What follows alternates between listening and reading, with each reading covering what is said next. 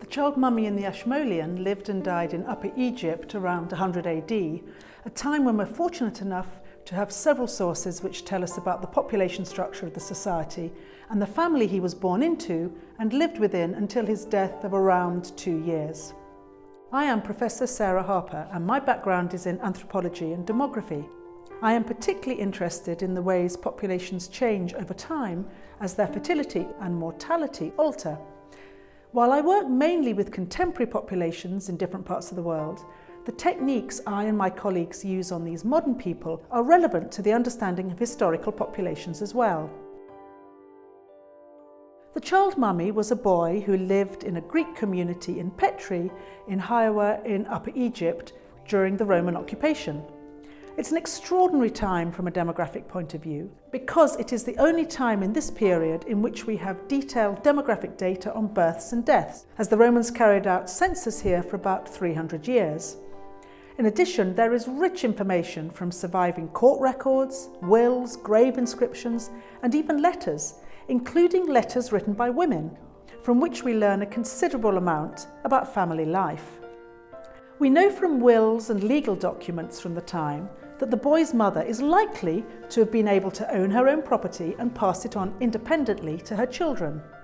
Women in Greek-Roman communities had considerable autonomy.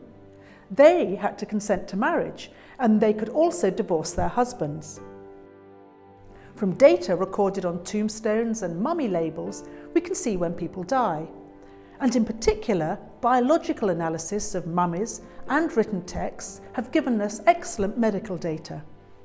TB, malaria, plague and cholera were around. Mental illness was reported, and a variety of injuries, including bites from pigs, lions, hippos and crocodiles. But most common was dysentery and typhoid. Lung infections, such as the pneumonia from which we believe the boy died, included fibrosis of the lung caused by inhaling sand. Dental evidence suggests a lot of sweet food, and that mothers were breastfeeding their infants for around 3 years. So the boy mummy may well have still been breastfeeding when he died, which would have protected him from dysentery and diarrhea. Now, while this boy lived and died over 2,000 years ago, the life of his family in terms of high childbearing, infant mortality, low life expectancy are very similar to that of many European populations until the 20th century.